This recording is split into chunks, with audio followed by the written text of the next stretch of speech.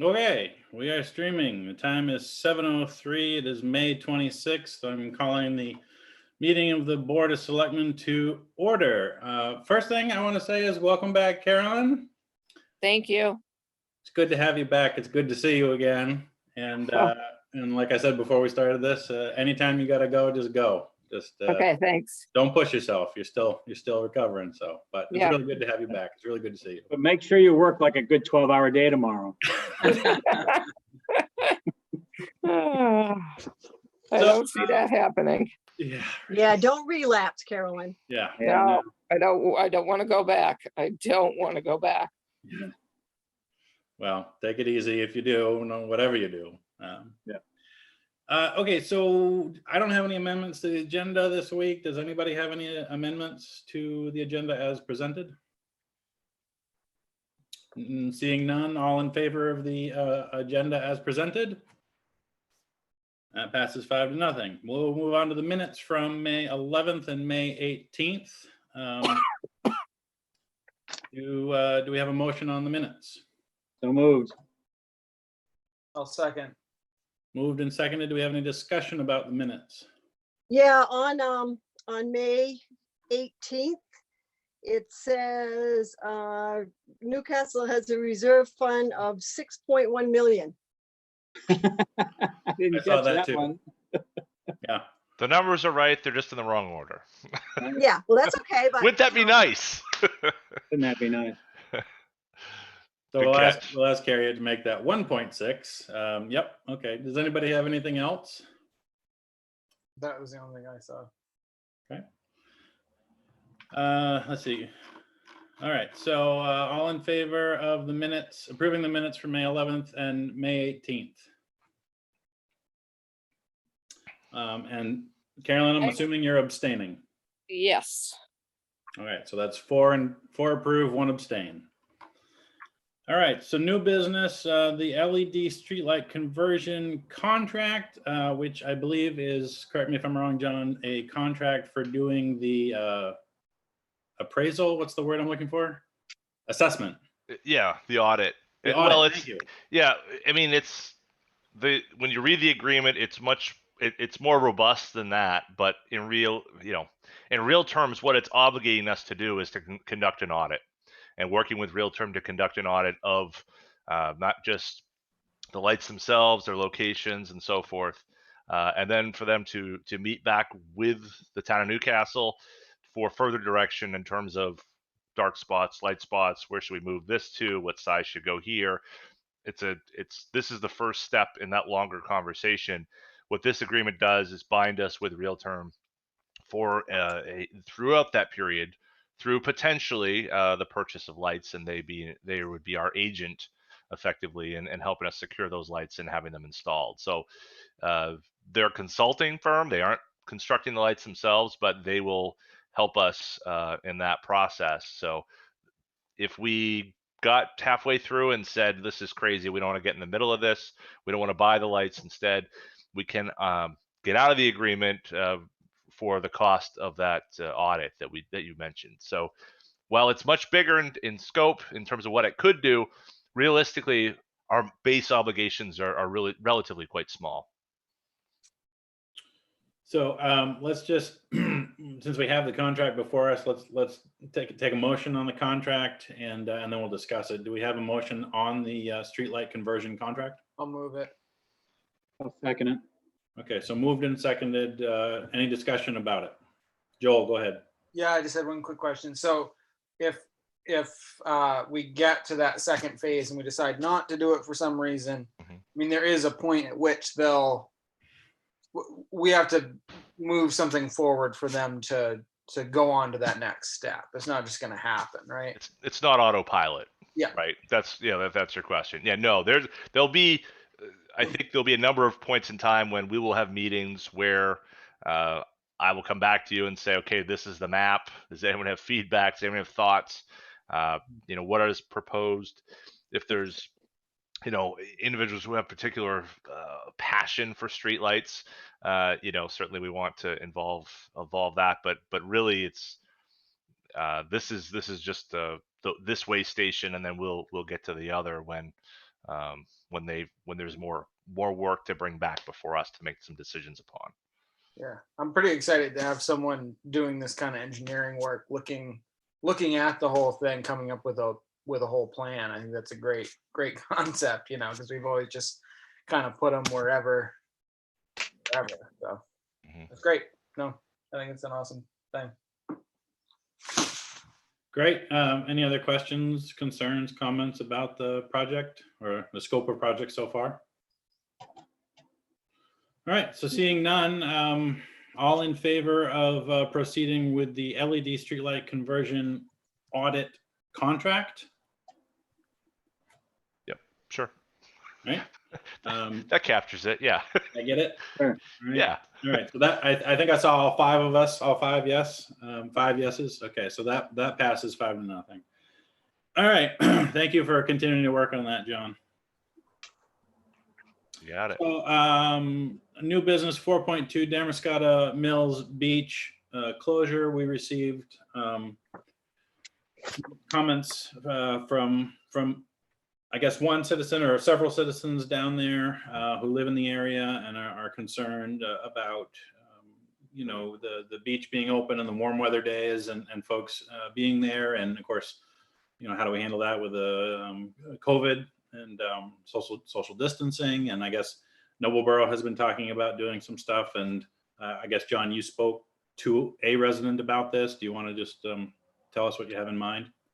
Yeah, sure. So we, as most of you may know, we own a small section of land in the mills that contains the beach. That's some call Mother's Beach, or in any way, it's the beach that's right next to right on the road. It's a very, very small parcel.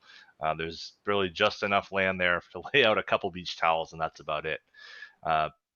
But obviously, in the summer months, it's particularly this time of year. But there's a lot of activity there. There's a lot of swimmers, kids coming out of school, kids coming from Lincoln, going down and going swimming at the end of the day.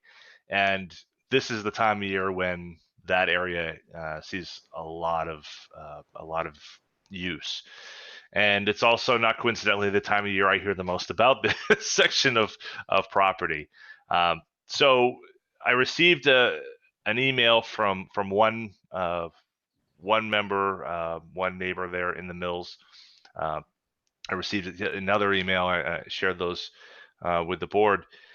Basically, there's concern about congregate spots in town, and certainly the beach, not only being one that is heavily used, but also very congested and can be quite congested at the time. So, as you said, I spoke with Noblesboro. Their approach on properties on their side of the line is they're planning to place some signage up, effectively limiting the use of those areas entirely, and unfortunately, really not allowing people to use them. We're limited in what we can do. We don't have a public, our own local police force, but Lincoln County Sheriff's Office has always been quite helpful and assisting. But apart from having your own local police force, there's only so much you can do in these situations to enforce. But the power of signage can be pretty powerful. But there's just limits to the amount that we can accomplish as a town of our size. So that's really I'm somewhat bringing it back to you and looking for some guidance in terms of how you'd like to proceed. It seems Noblesboro is pursuing the signage and banning the use of those areas, but this is Newcastle, so Newcastle Board of Selectmen gets a chance to weigh in as well. So that's where we are. You're thinking we're just going to put a barricade with a sign on it saying the beach is closed till further notice? Yeah, something like that. I mean, there are, there's certainly people who use kayaks in and out of there and use, to get in and out. But, I think signage was as far as I was thinking in terms of potential, but I don't know if there were other ideas. I just know that just watching TV and and hearing the governor has all these wonderful plans, but when you listen to the different police forces around, they basically are talking about, it's not our job to enforce these rules, it's our job to educate. So I just think you can do what you want, but people are still going to go there. And I don't see that, we're going to keep people out. It's a swimming hole. People are going to want to swim. Maybe you put signs up that say swim at your own risk. I mean, I just see people not, people don't obey any other rules. They don't obey when people ask them to mask. I mean, there's been brawls over this stuff.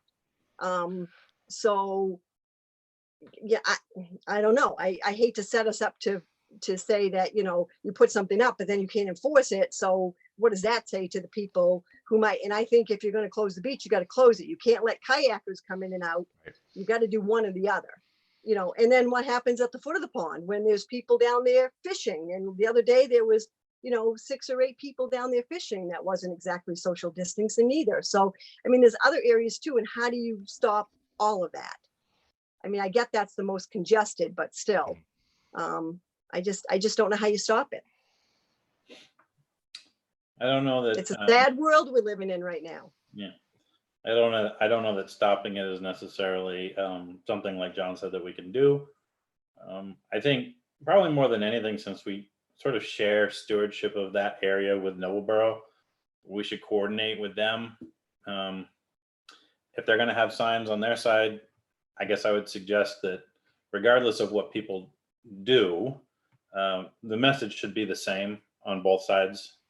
So if they haven't already made their signs, I guess I would say let's, have John coordinate with with them, and we'll get a similar sign for whatever, and post it. Whether it's just a warning. I'm fine with anything. But I think something is probably better than nothing. I agree with you, Wanda. If we say closed, it ain't going to be closed. People are still going to go. If we just put up a warning and say, please maintain social distancing, or, please be respectful of, maybe that's something is probably better than nothing, but it should be the same as what Noblesboro does. I guess it's my only point. But we don't know exactly what they're going to do, right? I would just leave it up to John and it's probably Sue over there who's probably going to get this worked out. Right, John? That's right. Yeah. Sue's involved in it.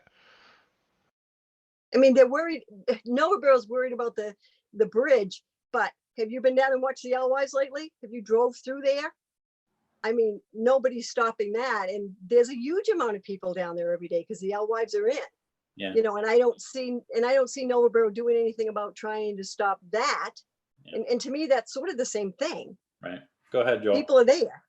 So I have something on that alewife thing. There is signage there, and the conversation the whole time with the alewife situation was that no one wanted to obviously post a police officer there, and you can't really totally enforce it. But social distancing is what we're asking everyone to do, and I think is that what the signage is down there, Joel? What's that? Is that what the signage is down there? Is just social that was the distance discussion. I haven't actually been down there to check it out, okay. But I was in the email thread going over everything. And I know in particular what they're most concerned with is in the harvesting area, because we're harvesting alewives there. And it's more that the people harvesting the alewives, some of them are in a group of people that are at high risk.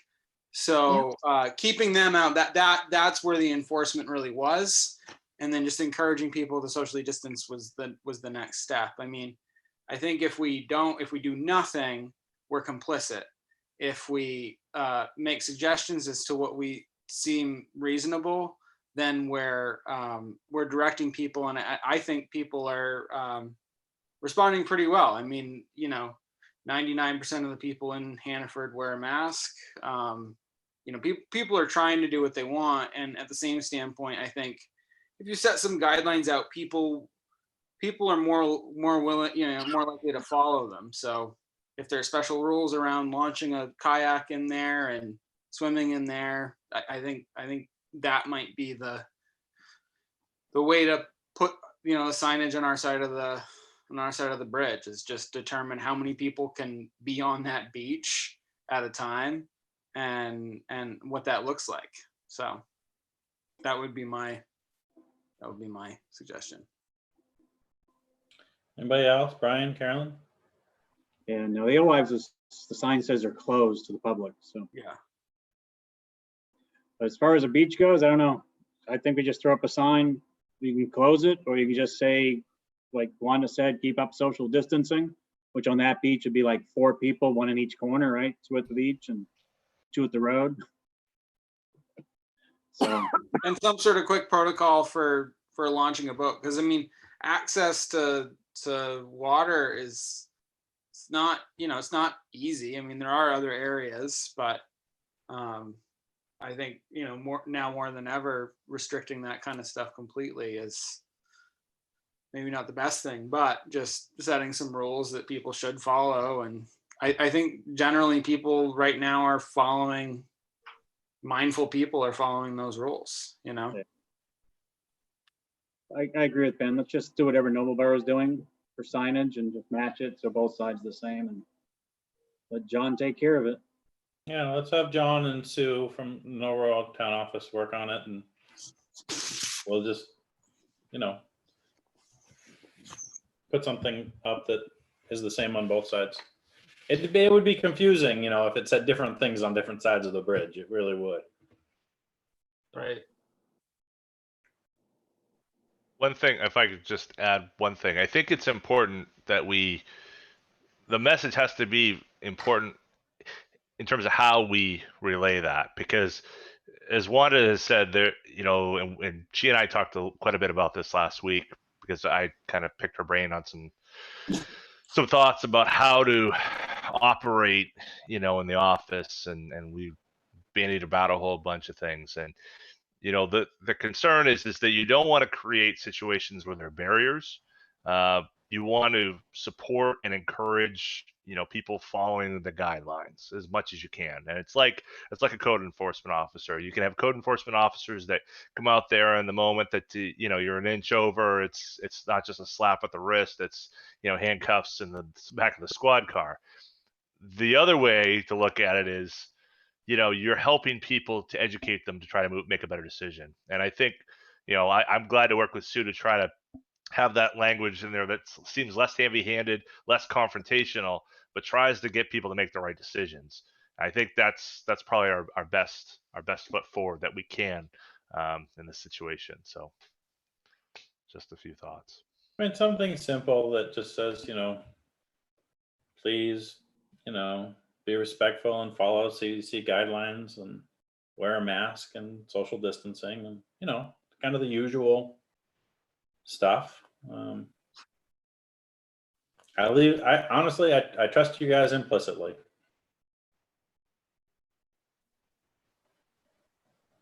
I don't know about that. Anybody Thank else you. have any other thoughts about the beach? Thank you. I do. I think you can get this done just fine, unless we as a board want to vote to close it, which I'm not necessarily hearing. Then I trust you to take care of it. I do. Anybody else have any other thoughts? No, moving on. Moving on. All right, so unfinished business, 5.1, town office operations modification project. That's So some stuff in the packet that John got together for us. You're kind of choppy there, John. Is your internet all right? I think I have 2 kids watching Netflix and playing video games, so my apologies. But all right. But all right. So you've been talking to a bunch of people and gathering stuff. Do you want to just give us a synopsis of what you've been doing this past week about the project? Yeah, so very quickly, I've met with 2 separate contractors. I shared with them the plans, you know, floor plan and the sketch of the front counter area. Gone through both cases, shared some of Joel's thoughts that he wrote up prior to last week, as well as the thoughts that he had shared after the meeting as well.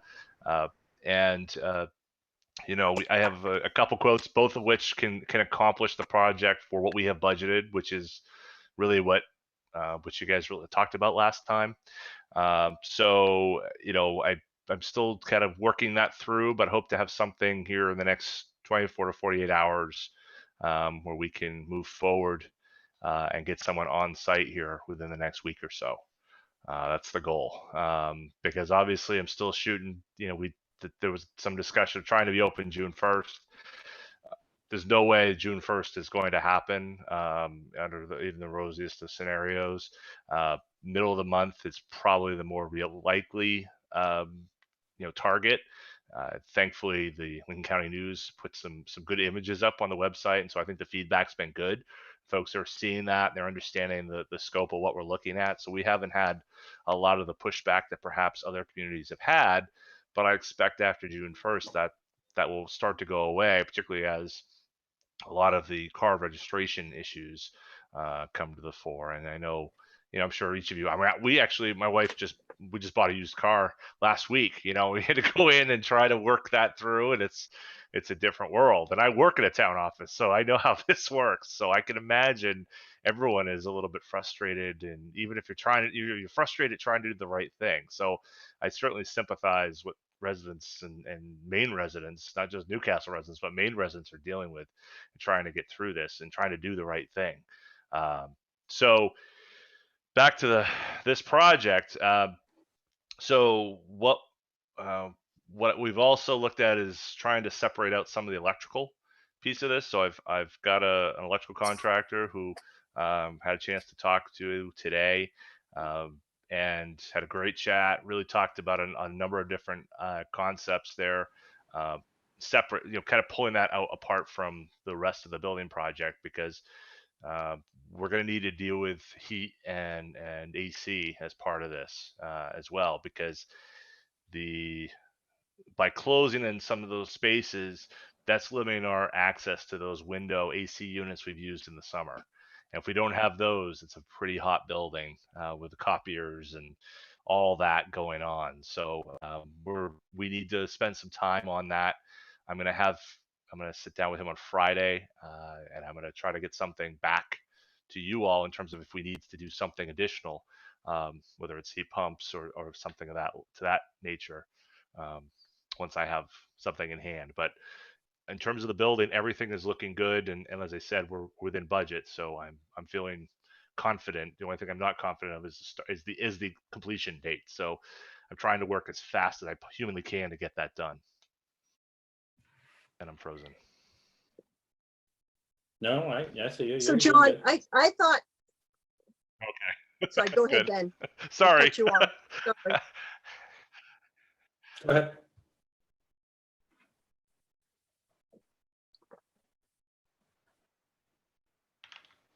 I think we're having some internet problems. Are we back up and running? Is everybody good? I'm good. I'm Okay, good. go ahead, Wanda. So I thought the budget that we had set aside for this was 30,000. Do we have more than that? That's correct. No, that's exactly right. That is the budget for it. So what the reason why I sent the proposal that I had is that was the most comprehensive all of that. If you actually added it up, it's actually 29,000. The top number, it says 34, was incorrect. So when you actually back it out, if you take out where is it? I'm sorry, I'm trying to open it up here as I'm talking here. If you back out the electric piece of that, which is it's allowance, but it's really not the true picture. And then you look at those alternates and you added all those. If you add everything together, it's that top. No, it's 34 or so. But if you take out the electrical and then you add in some of the Dutch door and some of this other stuff, that's how you get back to that 29.9 number. So it's the electrical becomes as an allowance, we weren't sure we'd spend all of it, but by being able to do that separately, we can fall within that budget. And then we can talk separately about some of those other electrical issues. Electrical and heat. So does this, electrical does this heat. take out the bathroom door? So yeah, Hello? okay, so that's a good point. So the bathroom door, can you hear me? Yep. Yeah, you're frozen. Am I on? Okay, good. Just so you know, everyone says your bandwidth is low. So I don't know if that's on, I don't know what's going on, but anyway, I got that bad internet note myself. So who knows what's going on tonight? In any event, yeah. So bathroom door, as the sketch is in there right now, it's not in. I did some homework on this because I wanted to figure out like what is the requirements do we have to hold it or have it or not have it. So the plumbing code says that we have to have public buildings have to have a bathroom, right? So we have to have a bathroom in the building. That doesn't necessarily mean we, where it is or how it's located or who uses it, but public buildings have to have a bathroom per the plumbing code.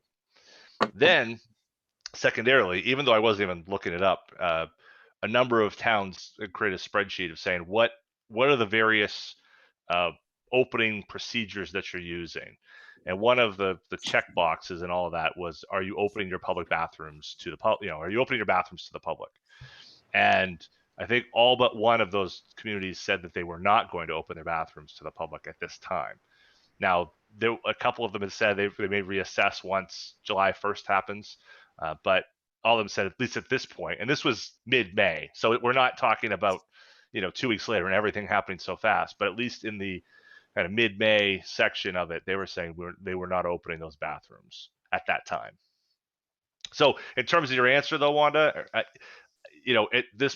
present it's not in.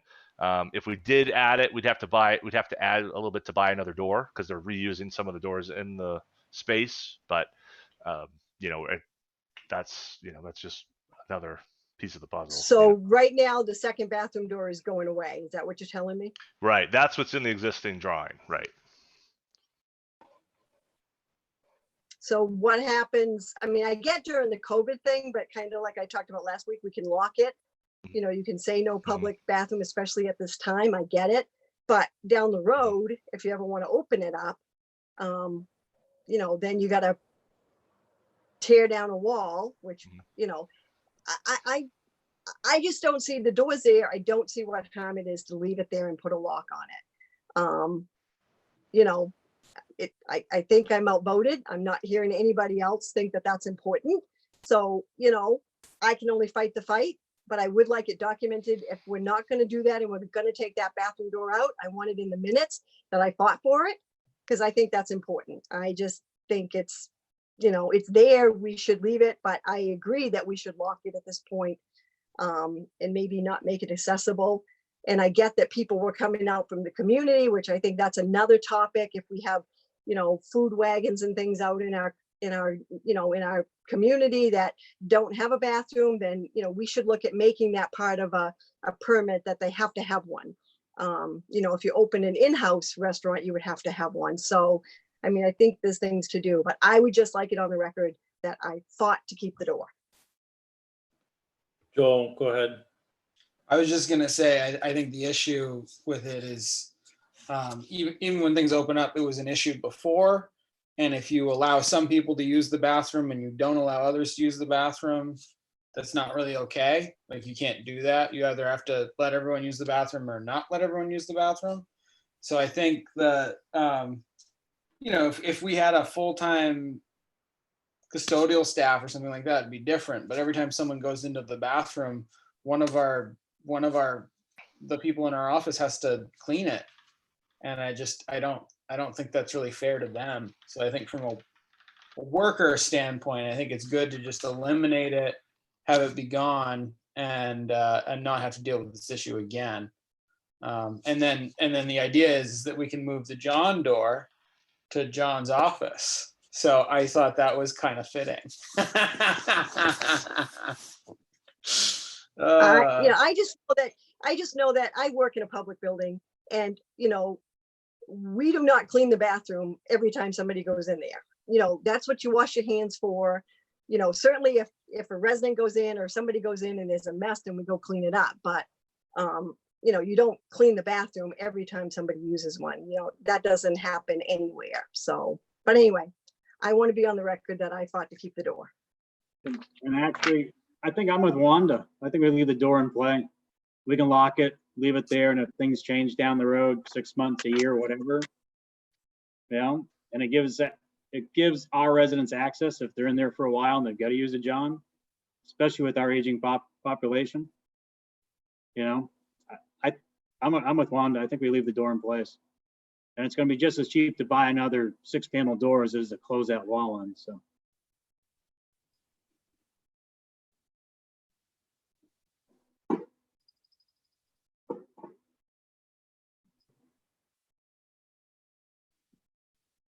Frozen, Ben? I'm thinking, sorry. Carolyn and Jill had their Carolyn. hands up. Sorry, Carolyn, go ahead. I'm sorry. Oh, Joel was first, but No, no, I no. sort of agree. Just lock the door. I mean, you never know, because it might happen, you know, next year, and we might be able to open it back up again. Go ahead, Joe. So I would just say again, I would defer to the staff, and if the staff wants to allow everyone to use it as a public restroom, that's fine. But they were voicing concerns about that before the COVID thing, that they were having issues with it, and so we can't, as a town office, we can't discriminate against people. We can't let some people use the bathroom and not let other people use the bathroom. So it's an all or nothing thing. So we're either a public restroom in an area with no public restroom, or we're not. And that's I think the point that we need to look at. And so if and I think I value the feelings of the people in town office, and if they want it closed, I would say we should just close it and close it for good. So do you think they would rather, when somebody's in there, like in a meeting, doing maps to whatever, you know, meeting with John and needs to go to the bathroom, you think they would rather have people trunks through their area to get to the bathroom? I mean, I think you put signs up that say no public restroom and you only use it under dire circumstances, but it's there. I guess it just brings up the issue of if you're letting someone use it, you have to let everyone use it. That's how it works. And so I disagree. You could have customer only bathrooms like majority of our stores in town do. You know, some have they all have bathrooms. They just, you know, it's employee only. And I think we just make it employee only. I agree. I think we just lock the door. I think we're wasting our money to wall that in. And then a year from now, you know, the next board changes their mind and we got to open it back up. If it's locked, it's locked. We just put up a sign, no public restrooms. But we're gonna have residents come in that are gonna need to use a bathroom. And I agree with Wanda. The girls are gonna say, yeah, go ahead. And then at that point, they're gonna traipse around through the office space to get there versus just walking in that other front door. I'm with Wanda on this. I think we leave the door. I say we leave the door. Okay. John, you get a brand new door. It's all part of the plan. No John door. John door. John, get You with, get a John door, just not a used one. That's right. Yeah, brand new. get with Okay, I'll take the contractor and determine what that scope of work change is gonna mean and get back to us in an email. Got it. All right, so any other thoughts, considerations about the town office operations and modification project at this point? Any other updates? Maybe just one thing that I want to mention. So my report, I talked a little bit about this aspect of it, and I'm going through, you know, kind of our start of our year end of, you know, financials and figure out where we are. and we had talked, this is maybe a little bit of a preview of the FY21 discussion, but we have a number of items that have gone unspent, largely due to the COVID situation that we find ourselves in. And we talked a little bit about software and potentially increasing the budget to pay for that. And I consider this as really part of the town office modification, because that networking gear is a key piece in this. What I'm proposing is just to use that out of existing year monies, so our regular operations budget. Those, because there are projects that haven't been accomplished, like our, we always, try to do one of those, whatever it is, records restoration projects of the older books. They just haven't been able to accomplish because of where we are. So what I would probably try to do is use some of those funds to offset some of those costs, because we are going to have a bit of a surplus. I think that we'll turn into the fund balance, and rather than changing the budget, I'd prefer to really have those costs, sit within the current year and when the expenses are happening. So, some of the things like the door lock, and some other things that we've talked about, and the software, trying to have those hit in this budget year when it's actually occurring.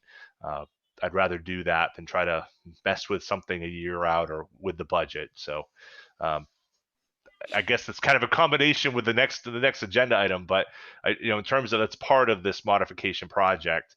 And if there's anything that's kind of outside that scope, and I think we've talked a bit about the electrical and how that deals with heat pumps and the like, I'll come back with those sort of concepts. But in terms of anything we haven't discussed to this point, I'd bring back. But everything else, I'm going to try to use our existing budget to fund. So, all right. So only thing I'd say about that, John, is just, we haven't talked about, not talking about heat pumps, but talking about sort of all the other stuff that you mentioned, or that have been sort of talked about, the little tiny things that just kind of need to be taken care of.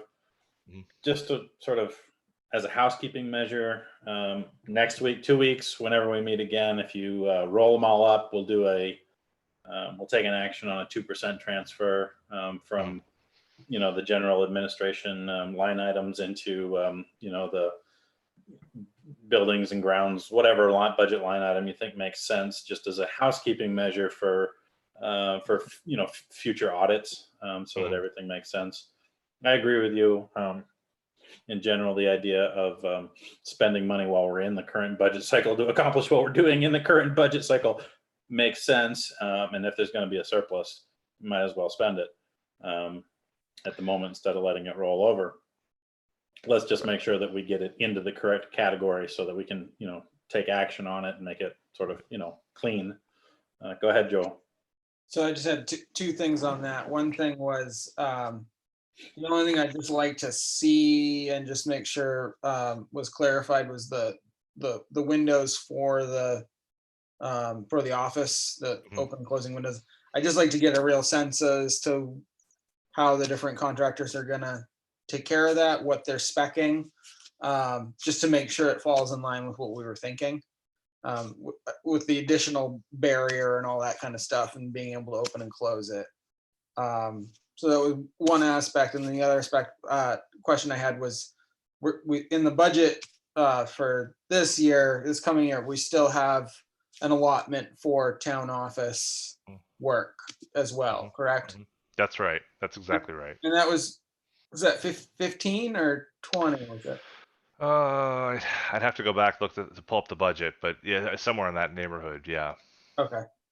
Because I was going to say, the other way to look at that, I mean, that was for some exterior work that we can do this year. I mean, I was just looking at the town office part of it, which, could wait more than other areas. So if you needed to pull some money from that to get some of these other aspects done, that would work out as well too. So John, let's plan on doing a little bit of accounting work next meeting, and just giving us a report on what we actually had in the town report for the current fiscal year, or town office work, as well as any loose ends, odds and ends. And I would say, additionally, since I know you're going to be talking to an electrician. I think you said on Friday about the possibility of maybe adding a heat pump, and that is not been talked about in terms of any scope of work yet, and would be additional money that would be required to accomplish that. Let's just get all the accounting numbers put together, the 30 for this project, the 15 or whatever we've got in reserve prior. Let's just have it all laid out. And like I said, we'll go over it all, make sure it's all up to snuff, and we'll take a vote on a 2% transfer to make sure that everybody knows we're doing everything we can to be totally above board. Yep. All right. Sounds good. Anything else? Anybody got anything else about the town office? I guess the only last thing I would say is this doesn't include any conversation about phase 2 of the project, which is the community room. Right. Whatever we're doing in the community room, if we need tables, chairs, whatever needs to be done in there. None of this is part of that discussion yet. So I don't know if you want to make it part of your discussion in 2 weeks, John, or I'll leave that up to your discretion. Yeah. I think by that point we'll be ready to have some conversations about that and trying to accomplish that. As I said, this is primary. This has been my focus throughout. So get the town office up and operating, and then the other tertiary pieces. Although AC in July is pretty important. those are phase 2 or 3. So. Okay, great. Let's roll on to 5.2 FY21 budget. Just based on your administrator's note there, you're proposing that, and due to what you just said about the surplus of funds in the current administration budget, that we leave the ballot as we leave the budget as we left it last meeting. Mm-hmm. And your recommendation is to go forward with it. Yep, that's exactly right. So all told, it's an increase of, including the school and the county, subtracting revenues, it's an increase of $21,457 over last year, which is not even 0.5% increase. I expect, as we discussed, I expect that we're going to have some valuation increases, which will offset that increase. It should allow us to still maintain a stable mill rate for the 5th year in a row, I think, which is unbelievable. But it's that's where we are at this point in time, and certainly there's some conversations in terms of everyone's trying to look at their budgets and trying to find ways to limit increases and the like, but 0.5% is, I think, a very good stab at trying to keeping the ball moving in spite of some very challenging situations we're all finding ourselves in. Everybody saw that GSP is pretty much going to be flat, right? Yeah, I actually, I gotta say, in the 9 years that I've been putting budgets together, 0.5% is the least amount we've ever gone up year over year. Which means that it's the least amount we've gone up year over year, and for the past 4 previous years held the mill rate while going up more than 0.5% over the prior year's budget. This is very interesting when you think about sort of how all the puzzle pieces go together to make it work. There's an interesting interplay there between valuation and mill rate and budget. So great job on the budget. Honestly, I mean, 0.5%. I couldn't have asked for better. That's what we wanted. So, any other thoughts, concerns about the budget? I think what we should probably do at this point is make it official by taking action on the budget, unless anyone has anything they want to. Yeah, before we. I do. Yeah. Sorry. Go ahead, Wanda. So we're taking it down from 29 articles down to 13. Oh, I'm sorry. We're not talking about the warrant yet. We're just talking about the budget. Oh, okay. Was your question specifically about the budget or the numbers in the budget, or are you talking more about the 5.3, the annual meeting warrant?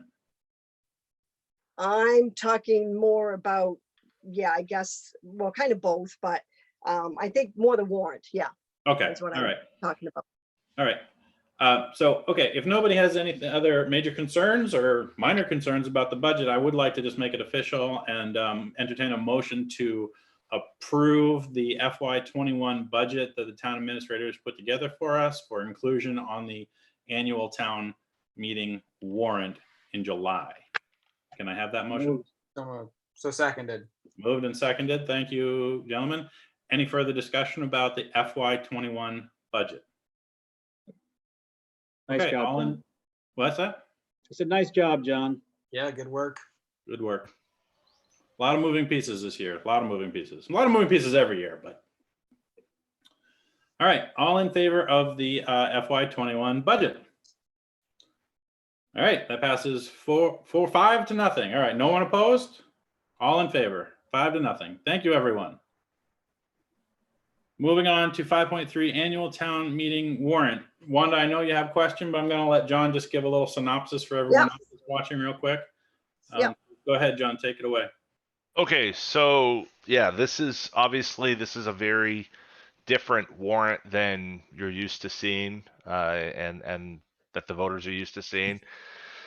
The challenge, of course, is trying to not have a ballot that's 5 pages and trying to have something that's somewhat concise that allows the voters to still, have the same decision-making authority that they always have, and yet at the same time, find ways in which you can, combine articles or see areas where you can combine an opportunities for people to make the same decisions.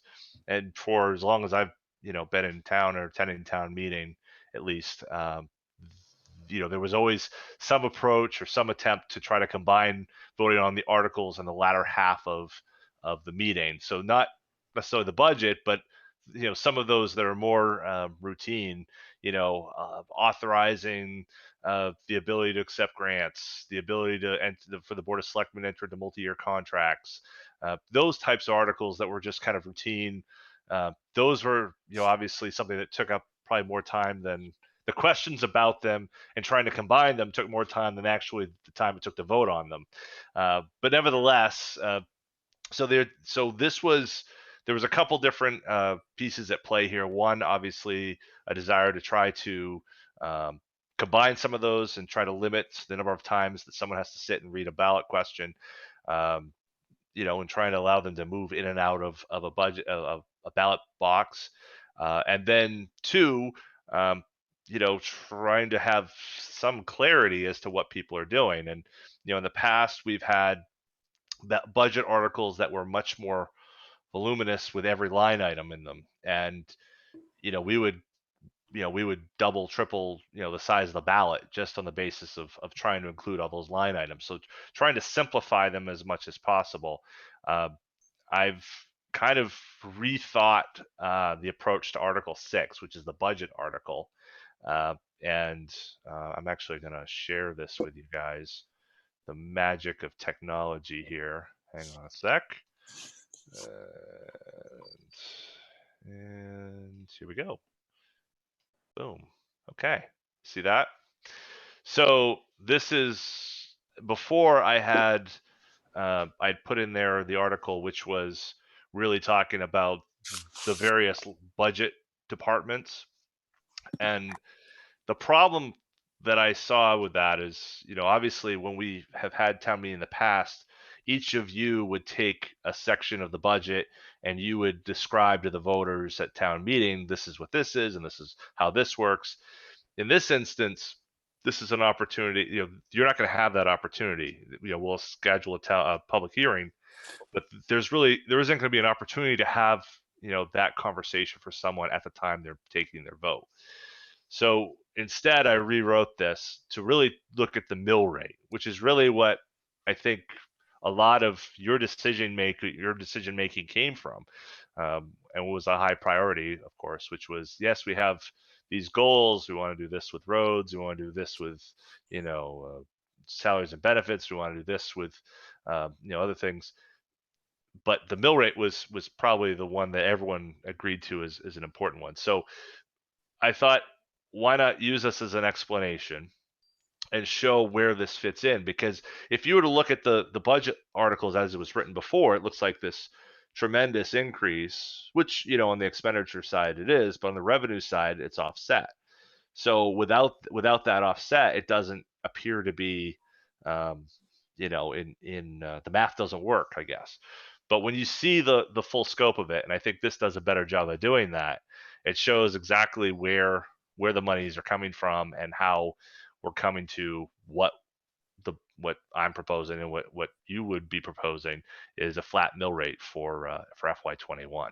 So that's probably the biggest change in terms of the draft that you had seen in your packet. But you've seen these numbers before, so that shouldn't be too much of a surprise.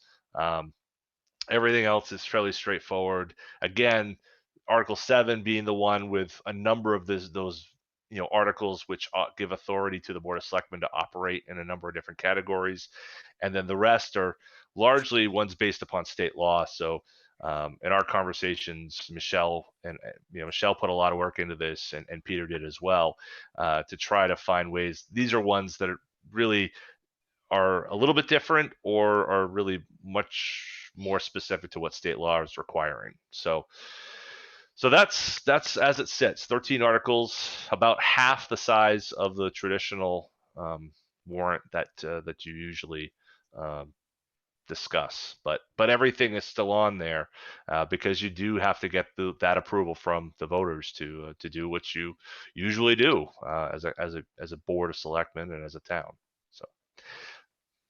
So thank you very much, John, for that. I want to just, before I recognize Wanda, I know has a question, I want to just sort of say that we've heard from a couple of residents who have been thinking about this as well and said, well, gosh, what happens if people vote no and something goes down? And is it foolish to try and combine it so much? And the answer is the same as it would be as if we were at town meeting, which is that if something doesn't pass, especially the budget, if one item of the budget doesn't pass, we got to come back.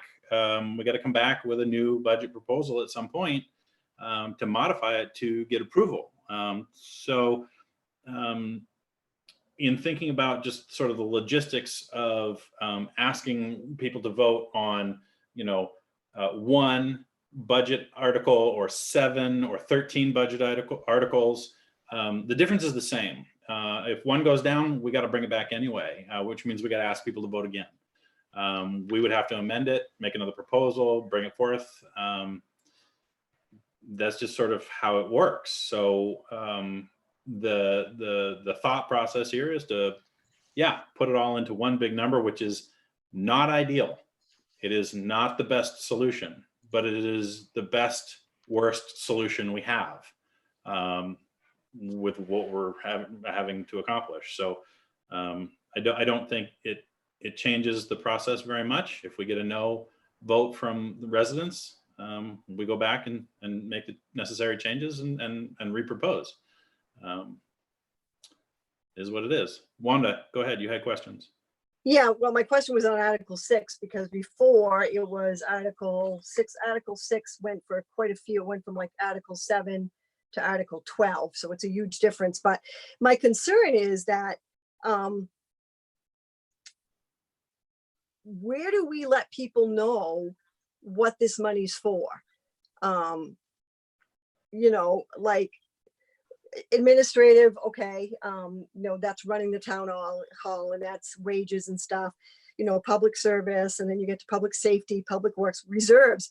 Reserves is $600,000, and I don't think most people are going to understand what that is, and that's a huge number.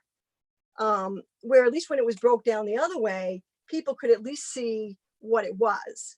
And I just think we talked about this a few meetings ago when we talked about transparency, and I think people have the right to know where $600,000 in public works, it's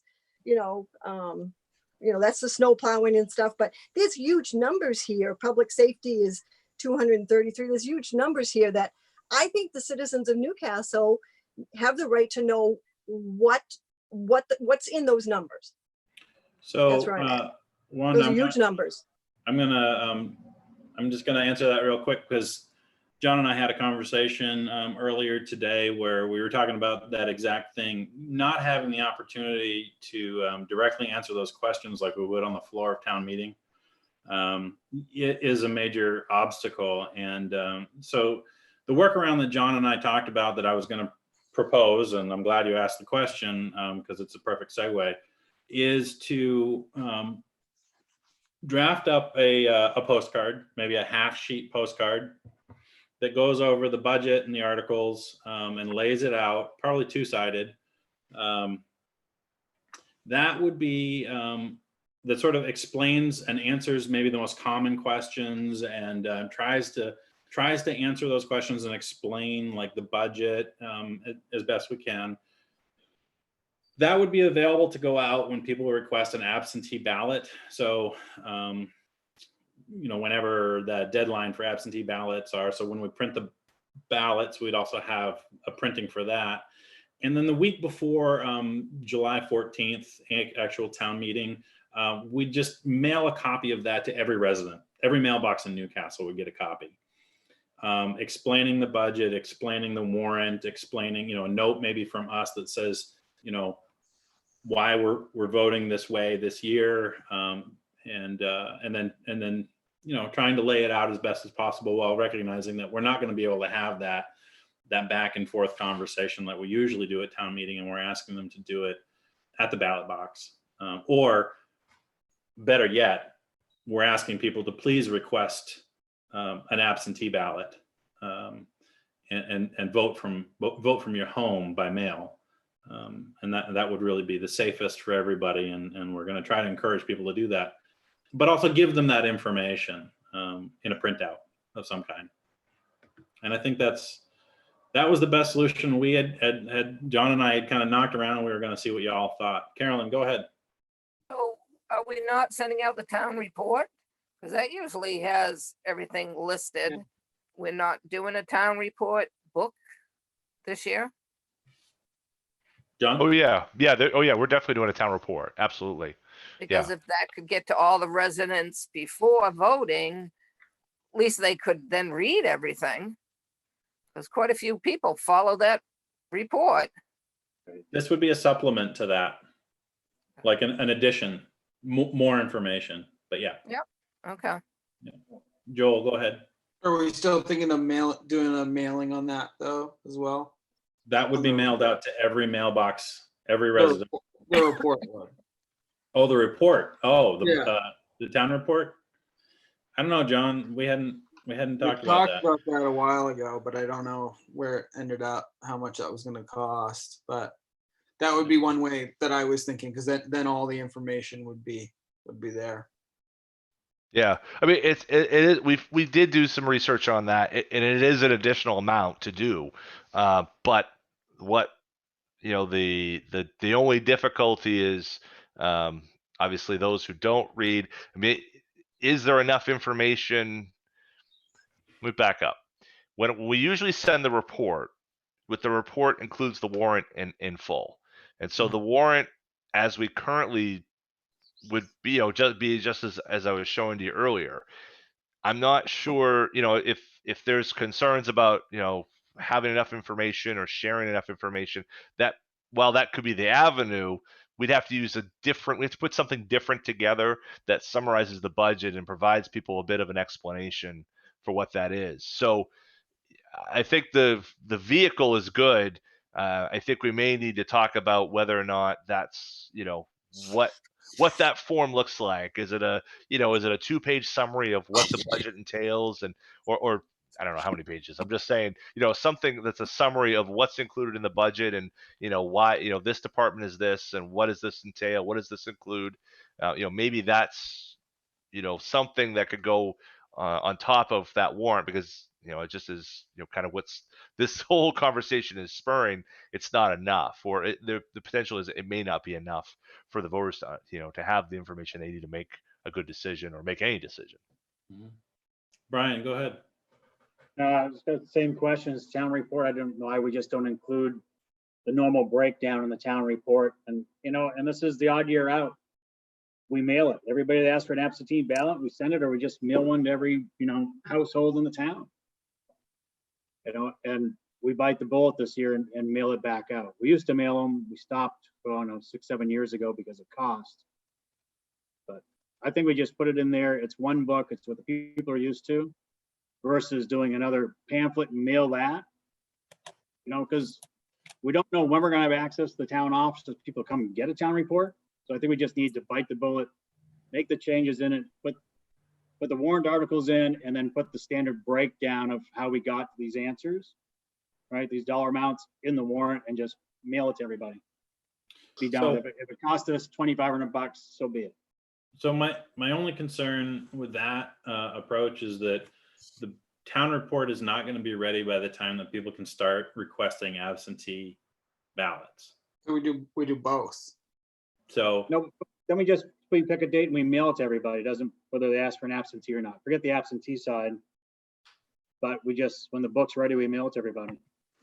well, Well, the people who are requesting the absentee ballots should have some information on which to base their vote. Right, no, I agree. I won't argue that point either, but maybe we can get the town report done sooner than later. The ballot's gonna be done when, John? I believe it's the 13th or 14th of June. So we got about a little more than 2 weeks. Go ahead, Joel. I think one answer, oh, go ahead, Joel. We could do both. We could include something. I think it's always good to, again, like, the information is always available. It's just people want it to be really easy to get. I mean, we could post it on the website, and that's the easiest way to do it, and it's probably really the most efficient way. We should do that as well. But with an absentee ballot, we should just send out what Ben was talking about with that, and then when the town report's ready, we'll send that out too. That's more information. People can look at it. We could go for a slimmer town report this year if that made a difference in cost to offset, mailing it. But I think we kind of have to do all of it. So that's what I would say. And I would also recommend that everyone do absentee ballots this year, because it's going to be the best way to do it. Yeah, go ahead, Wanda. I just think if we kept the 6 articles that we had, it explains it. And, then you're not worried about trying to get this information to people. When I look at what we got last week and I look at the different articles about the cost, I'm going to have to vote on each one of them, but it explains what it is. And then we're not struggling trying to explain to people how we came up with these numbers. And I think the town of Newcastle has the right to know what we're spending their money on. And so, yes, it's a few more articles, but I think it's important. I mean, I don't think anybody's going to vote down that they don't want to run the town office, but they might have concerns about something else.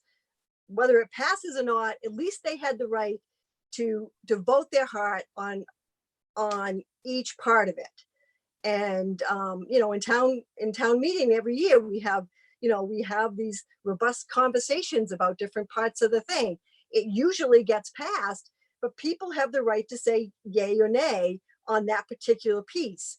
And doing it this way, yes, we're probably going to get it passed, but I don't think we're giving the citizens a right to vote the way they want to vote. I mean, I think having those extra articles in there, and then we're not struggling with trying to tell people what's in that 233,000 or 648,000 or 597,000 or 66,000.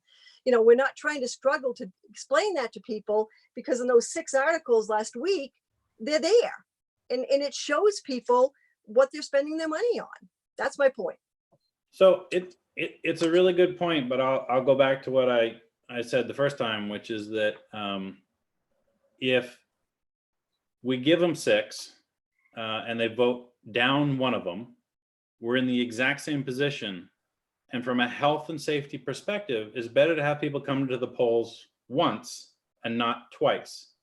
Because we all know that though we're going to ask people to request absentee ballots, there's still going to be a large turnout the polls on the day of voting, because there are going to be people who put it off and they just, realize, oh, I got to go vote today. And that's fine. The polls are going to have to be open. If we can do it in one vote, as opposed to asking them to come out possibly twice, that's safer, in my opinion.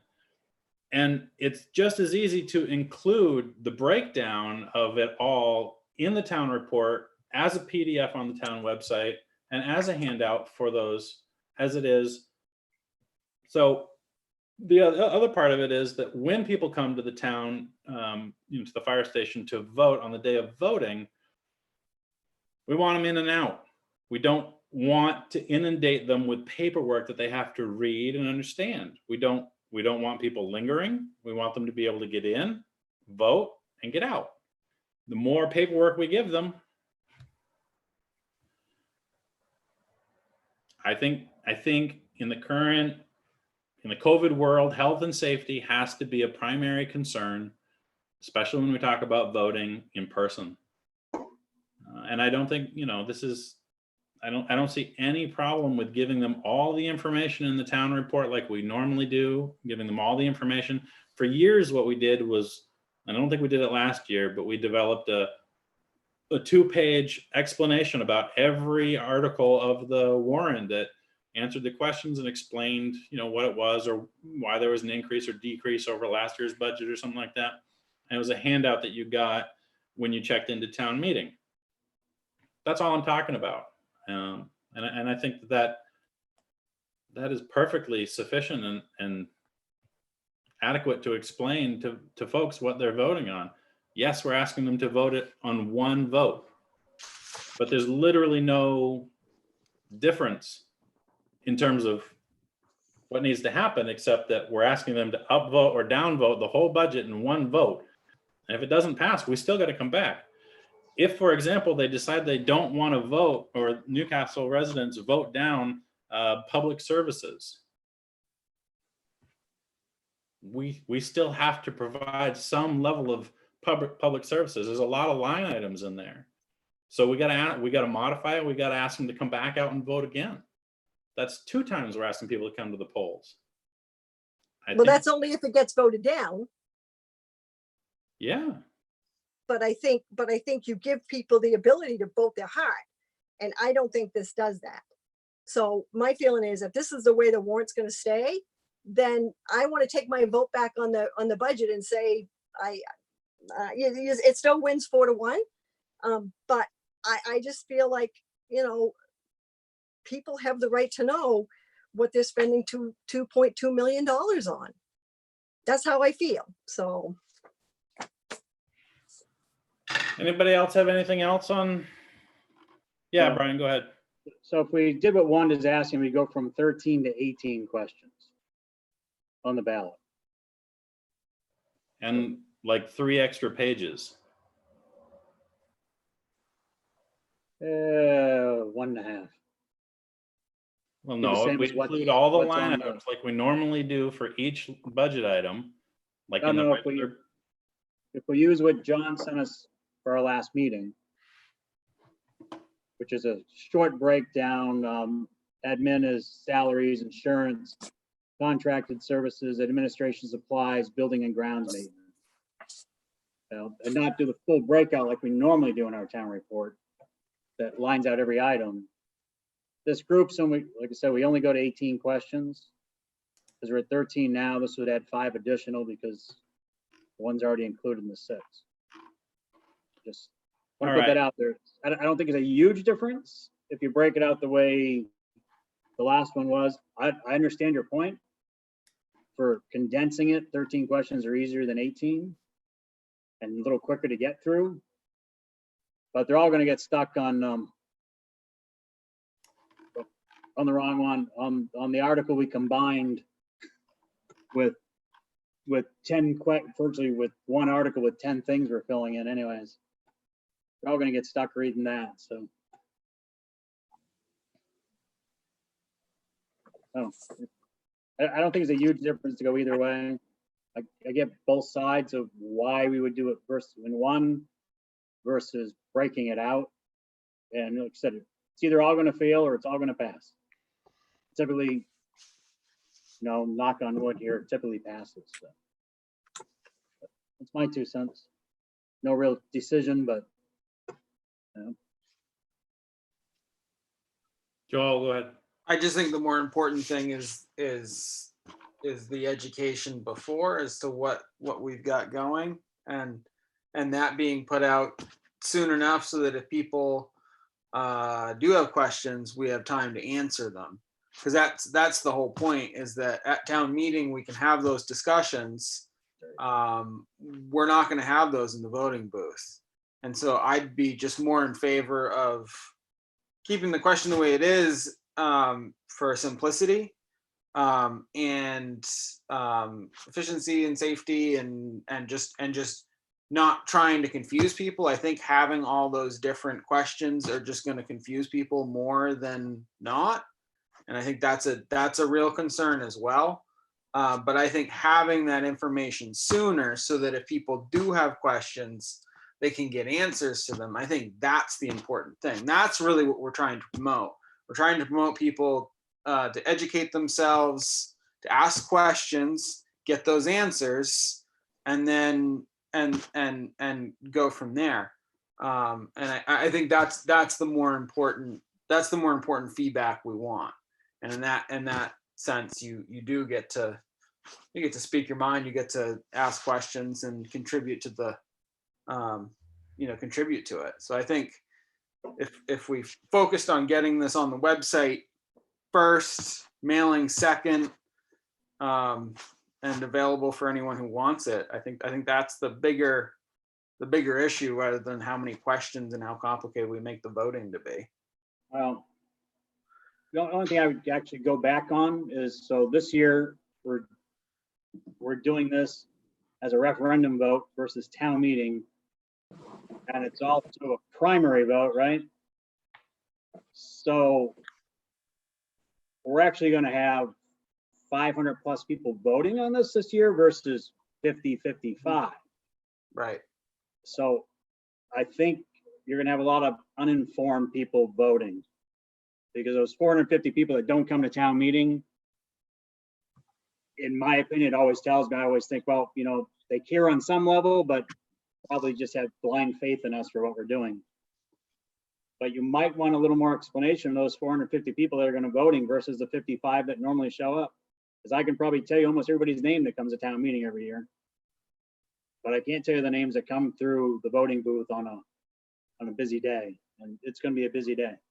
But I think the more questions are going to confuse those people more than anything. I guess that's my point.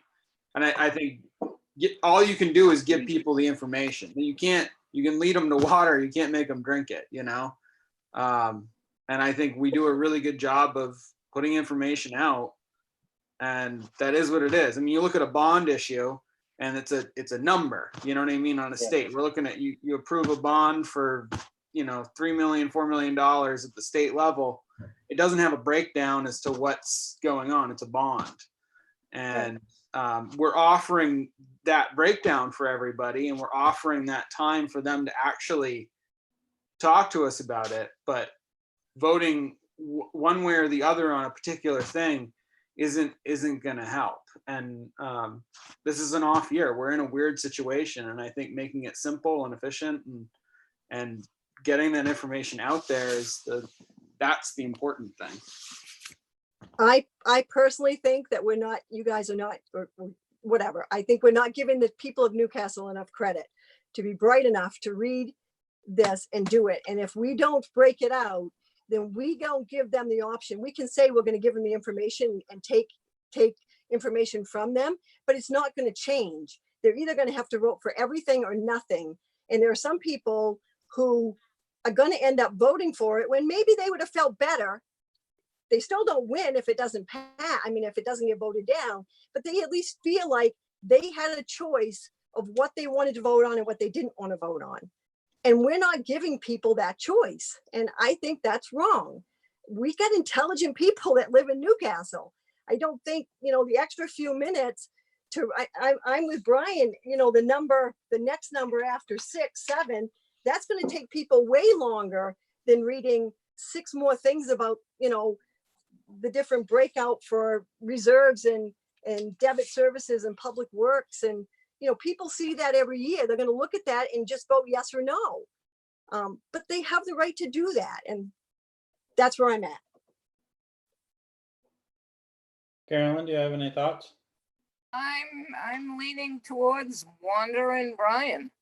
I think going up to the 18 questions instead of the 13 and let people read them and write in. All right, so we will have to convene an emergency meeting of the Board of Selectmen tomorrow night to approve the warrant, because it's got to be done, I think, by tomorrow at the latest. So John has to have time in order to rework it and get it all done. We can't approve it until it's done. So I actually, look, if I could, I would actually say you would need to do this either right now or tomorrow morning, because we actually have to have the ballot in hand to the company that's doing it tomorrow. So I don't think we actually could. You could actually wait until tomorrow night, like a regular 7 o'clock meeting. I think you could probably direct me to do, I think you could give a motion that directed in a certain way, in terms of what you want to see. If you wanted to, that would be up to the board, but you could say that, we approve it with these changes. You could go that route. Time is of the essence, I guess, is my point.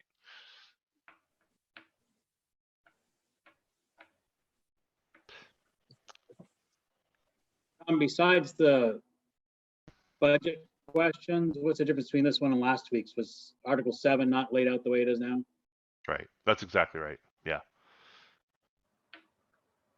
And last week's, I believe last week's only had, I thought last week's had 1 article, and 2 weeks ago I had 6 articles or whatever the number is with the subtotals. I think that's how I let it laid out. I couldn't recall, but I know this is like I think the 3rd variation and 4th, really, if you count the one that I just did right before the meeting tonight. The only thing I could add is the difficulty in, that I was kind of struck by today is that it's very difficult to explain the bottom line, because the bottom line is really what I felt like that you were really, shooting for. And I think all of you have really talked about this coming at it from the different angles. On the one hand, the budget had the goal of, we want to have a flat mill rate. That was one of the main goals of the board.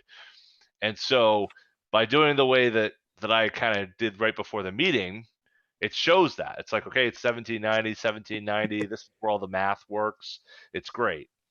The problem is that it's a break from what everyone's used to in the past, which is 6 articles with every line item. So somehow there has to be something in between that you're either going to have to describe the end result in a separate document, because it's gonna say, well, this is up and this is up and this is up. Well, how can this budget's out of control, but it doesn't show the other side of the budget. If we just did the regular, 6 articles, expenditures are up and there's no offsetting revenue. If you had a regular town meeting, you all have the opportunity to have that conversation with the voters. Without that, it's a very black and white, stark, contrast to say, well, these expenditures are up and I'm just voting on that basis. So without the context of, here's the other side, here's the revenues, here's the valuation, this is how we get to the flat mill rate. It's very difficult to write a warrant, I think, that does both things. And so it's, unfortunately, and I don't say you have to pick and choose, but you have to come at it from different angles and different perspectives on this. So it's your warrant, though. You can do with it as you wish. So John, why couldn't you just before Article 6, Mhm. put in the little thing you just showed us and say, and then say, you put that in, that's sort of the explanation. And you put some comment that says, Article 6 through 13, this is what equals 6 through 13, Article 6 through 13. So they see that first, they see the mill rate's the same, but then they go vote on the 6 through 13 after that. I mean, we have to change the warrant, but to me, We we do. changed the warrant from 2 weeks ago to tonight. Right. So is Yeah. that fair? I think you have to be really careful about putting commentary of any kind in a ballot, because it could be construed as being misleading. That's why questions are written the way they are. So I think that would be a dangerous thing I'm not in support of that at all. Then put it on the postcard Because I that we're think gonna send up. that's the thing. But that's why I think but yeah, I'm fine with whatever. I think the clearer way is the way way John just presented it, because it really shows what people are looking for, and the people who are looking for more in-depth information have that. But that's my thought, and I think it's a great budget. There's literally no way we could do any better with it, and I think when you look at that breakdown, you see what we've done.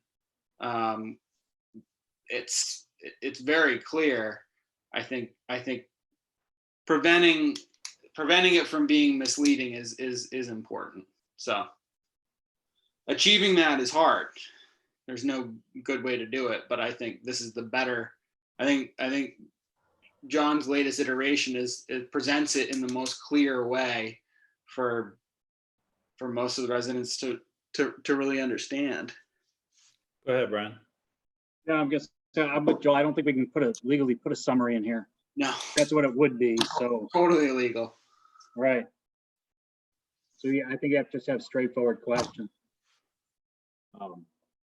I mean, the education shouldn't be done in the voting booth. That's what I always tell people. I agree. People who go into the voting booth without knowing what they're voting on are not voting correctly. You have to do. But it happens. And you have But it happens a lot. And that's why I'm saying you have your opportunity. We're giving you everything. You have it. We're going to mail it. It's going to be on the website. It's going to be in the town report. Anyone can do it, and that's all that that's our only duty. But we're not giving them the chance to vote their minds if they choose that they don't like part of that. We're not giving them that opportunity. And that's all I'm asking for, is that you give people the opportunity to vote yay or nay. When I first came on the board, we had 24 articles just dealing with the budget. I think at one early town meeting that I was involved with, there were 61 or 62 articles that we voted on. That's everything. That's the budget and all the housekeeping and ordinances and everything. So I hear what you're saying, Wanda. The question that comes to my mind is, how far do you take it? And I'm thinking about it in terms of being misleading either way. And if you publish not all the line items, in other words, like the full printout of every single line item and exactly how much we're proposing to spend on every single line item, then I could argue exactly kind of what you're arguing, that you're not giving people an opportunity to vote on each and every individual line item. Some of the work that we've done over the years was to condense a lot of those articles into broader categories, so that at town meeting we could have discussions around those category items and not just be sort of onesie twosie here and there all over the place. And that's worked really well. So when we talk about admin and operations, we know that it includes all the insurances and salaries and benefits and buildings and grounds and all that sort of stuff. But if we just go with the categories, then the same concern is raised, which is, well, I don't, I'm being asked to vote on $525,578, $233,965 of which is salaries, but I don't know what's in that. Who's getting paid what? That's not broken down enough for me. And I don't get to vote on the salaries. I have to vote on the total. So I would argue it both ways, and I would say that honestly, I'm completely with Joel. The best that we can do for folks is to give them all the information and ask them to answer one question. Do you approve this budget or not? Here's all the breakdown. Here's all the line items involved. Literally everything. Take a look. It's published everywhere. But if we're not going to list every single line item, I don't see any reason to break it into categories if we can't have discussions with people. And we can't. That's how I feel about it.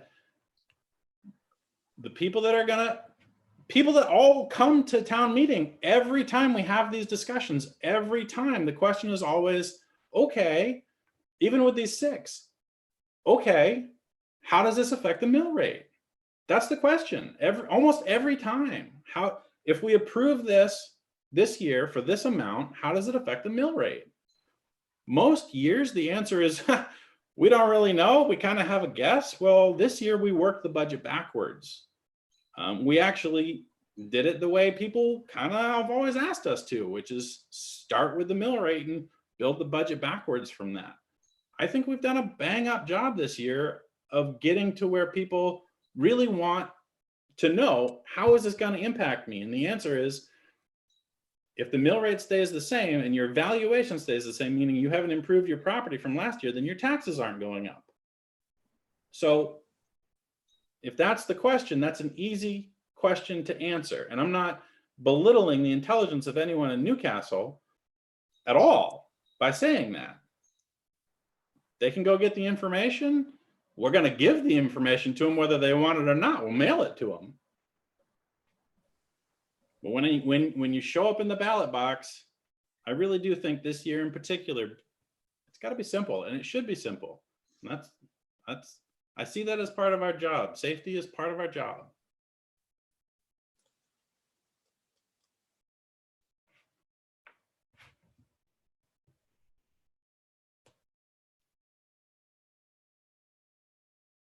Did we lose Carolyn? Yeah, I'm still here. I just got the phone laying down. So I'm about to lay down. John, can you bring up your change again? John, What's that? What? can you bring up that article change again that you had? Oh, yeah, sure. Hang on. Technology. Because reality, the one you have is the one we'd be voting on, not the one in our. Right. So this is it. This is the new. I mean, certainly you can do with it whatever you want. This is your warrant, but this is the last stab at it that I had. I'll blow it up a little bit here.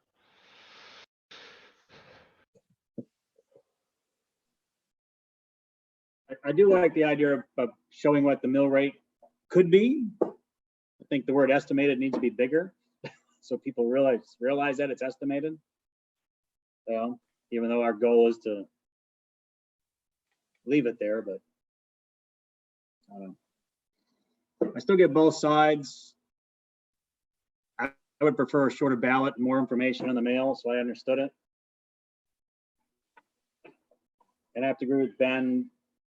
The 6 questions that John had on May 18th aren't truly a full breakdown like we normally get in our town report and our standard warrant articles. It usually shows town administrator pay, the clerk's pay. I don't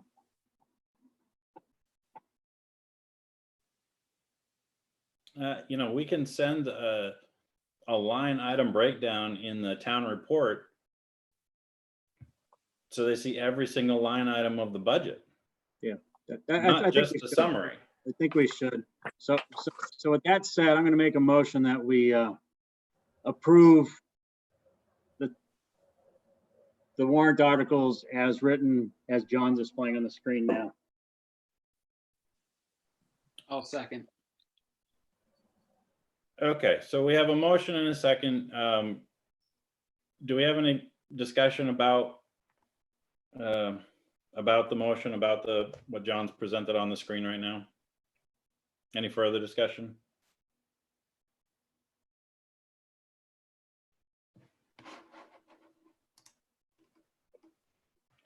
Nobody? I think I've said enough, so. All right. Well, I think at this point, all in favor of the motion, all in favor of Brian's motion? All opposed? Okay. All right, so the motion passes 4-1. We're gonna go ahead with what John's presented on the screen in terms of the Article 6 for the town warrant. And I think as an addendum to that, we are in agreement that we're gonna send included in the town report a line item budget that breaks everything down like we normally do. Is that correct? And I would say putting it on the website as soon as possible would be great too, because then that gives everyone the chance to ask their questions, which is what town meeting is really about. It's about answering those questions. People ask us questions, we answer them, and they say, "Oh, okay, that's great." So. Okay. Can I ask a question before you move on, Ben? Yeah.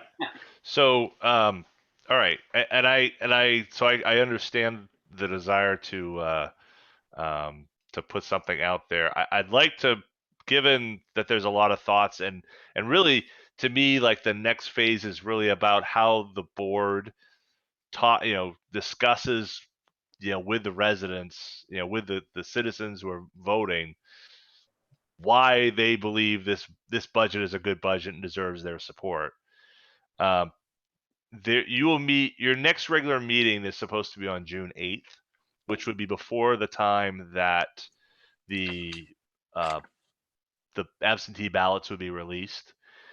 Could I suggest that perhaps we put something on that agenda to fully flesh out what something may look like? I can take a stab at it and what I think might work, but I want to make sure that this is really what the 5 of you want to be on there, because this is I can put every piece of information known to man, but it's really important that it reflects in part what your conversation would be if you were in an open town meeting and having the ability to discuss it. So while I can list every line item, it's really important that the format, just like our conversation just highlighted here a moment ago, it's really important that it reflects where the 5 of you are and what you want to convey to the voters. Okay, does that work? So you'll put something together and it'll be on the agenda in 2 weeks? Yeah, that's the idea, before we release it to the public. Yeah, absolutely. Okay. Maybe, John, something along, look at what we've done from the years past about the 2-page pamphlet we've handed out. Yep. That stuff always had good explanations on it and the breakdowns. Mm-hmm. Yeah, we even tried to put, graphs and charts in there to explain, when we could. It should be on the server. Okay. So you want to look at 2-page, not because in the warrant we've done every line item since I've been here, we put every line item on the warrant. So your 2-page thing that you've done before I got here was something a little bit more abbreviated than that? No, it was 2 things. Every Okay. line item was in the town report. Yep. And we had a supplemental handout that you got when you got to town meeting that just sort of explained it and answered the big questions. Because most people, when you get to town meeting, you get your book, you get your, your voting card, you get your clicker. It was an opportunity to give them something to read before town meeting started or between the questions or just sort of as the question was coming up, with a short little explanation about, if it was an ordinance, why it was being proposed and what the major issues were surrounding it, free of sort of commentary, just sort of, here's the facts. Okay. I'll see if I can find one. I'm sure I got one in an old email somewhere. You got it. Okay. Sounds good. But I'll have something ready for your next meeting, so that way you can discuss what information you want to get out there, and using this. Now we know what the warrant looks like. Now this will help you figure out what that next step is. Got it. Okay. All right, moving on to item 6, town administrator report and communications. Everybody got a chance to look at that? Was there anything you wanted to highlight, John, or bring up, or? There's a lot in there. The probably the most important piece of the puzzle is the road projects that really led things off. Academy Hill is due to start next week. Probably many of you saw the sign, flashing sign right next to the office. The work will start on June 1st. That doesn't necessarily mean they'll be in the ground and starting to dig up the road bed at that point in time, but there will be more. They're already working. CMP was out today. I expect there'll be more of that in the coming days. But in terms of Hager Enterprises starting their work, that's due to start June 1st. They're trying to get wrapped up with the Bristol Road project with Damerscotta, and then they're jumping on this. There is a gap in the schedule in terms of their paving crew, so they're hopeful that they can jump on North Newcastle Road this week and get that completed. So fingers crossed that falls in. Everything else, I mean, I think on there, I don't need to really add too much about, but yeah, that's those are the, I really wanted to, for those listening, it's coming, it's happening, and we're eager to get started so we can get this project completed and get this road built. So eager to get started on that. Let's just make sure Seth has signage up if he's closing that road weather paving at both ends, so people are aware. Yes, absolutely. I will remind him of that. Yes. And Any other conversation? I have another question on roads. Something I've heard, I don't know if it's true or not, because I've just been, the way I travel all the time and the state roads are falling apart. I had a conversation with somebody that, like I said, I don't know how valid it is, about their thought is that the salt treatments the state's gone to is making our roads fall apart more often because the road bed is not freezing at all with the salt being inlaid into it. And I'm just curious, that's something we might want to look into more as we're looking, as we're doing more salt now on our primary roads. If that's a true effect, we're going to have to reevaluate that. Because the last thing we need to do is have our road beds fall apart the way the state roads are falling apart. So I think we have to look into that, maybe have Seth look into it, talk to some other people, talk to the state and see what their evaluation is. Because I don't want to put $1 million or $2 million in Academy Hill, salt it, and 2 years from now have the pavement give out. So When I've heard DOT respond to not exactly that question, but similar questions, what they'll point to is that the relative flat funding of the highway fund and the lack of movement of the gas tax, and the fact that the higher efficiency of vehicles is cutting their revenues and their ability to spend. So I don't know if there's I'm sure that there's billions and billions of dollars spent on salt, right? And crews that are supplying it, and state and local governments that are spreading it. So I would imagine there's a study out there somewhere that substantiates or not, but it's, yeah, I've heard the same thing too, Brian. So yeah, it's a good question. something we need to look at. Yeah. Ahead of Right. So when I spoke to I can't remember names from the DOT about it last time, similar sort of, whining about funds and whatnot, but the conversation really went towards the fact that all they have funds for it basically is the Lake Capital Paving program, the MST, which is basically, a sand mix, non-aggregate, 5/8, shim at most coat over the top of everything. And that does nothing to prevent water from penetrating the surface if there's alligator cracks beneath that shim. So the science, as I understand it, is that you're absolutely right. If water gets under there, you're hosed, which is why keeping up with crack sealing and, you know, pothole repair and things like that, so that water doesn't get under the road surface is critical. And then salt and whether or not the water is melting or the ice is melting, if it's got somewhere to go and it's not going under the road, that's what I heard. But, you know, every time you talk to the DOT guys, they just say, look, we don't have enough money. We just don't have enough money. That's what they say. That's what they Oh. always say. Yeah. We could say that too. I had a drain line that froze up once, and I put a lot of salt down through there, and I piped my furnace in. I mean, I tried everything to thaw this thing out. Nothing. So the idea of the salt on the roads keeping the frost out doesn't seem possible to me. I mean, it would take a lot of salt. I just throw- But it could be Tomorrow morning. corrosive to it. I mean, I'm not saying it couldn't be corrosive. I'm just saying. Well, you know, we should ask. We should always Yeah. ask. Obviously, the answer is not to just keep throwing salt on the roads. There's obviously a balance. So, Yeah. yeah, when it comes up, you know, in the fall again, we should talk about it and how much salt we're going to buy and lay in. You know. All right. And John, just an FYI, Mhm. on the North Newcastle Road I haven't been down there in a few days, but there's been some pretty good potholes down there. So I'm Mhm. assuming, I'm pretty sure Seth will take care of those before he paves, but there's been some pretty good ones still there. So Yep, absolutely. Yeah, he's aware of some of those. I think, you know, his concern was obviously patching potholes before paving. So I think those will be resolved. And assuming that he can get on that paving as he had hoped this week, I hope we won't hear about potholes in the North Newcastle Road for a long would be time, nice. for everybody's nice. sake.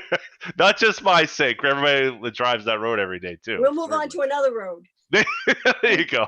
Right. All right, so moving on to 7.1, and we have a 7.2 for fire warrant. I'm sorry I didn't make that amendment. So we have a town warrant in the amount of $168,929.20, and we have a fire warrant in the amount of $5,038.42. Do I have a motion on the warrants? So moved. So seconded.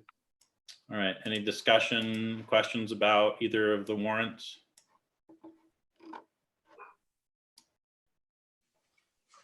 No. All good? All right, all in favor of the two warrants? That passes 5-0.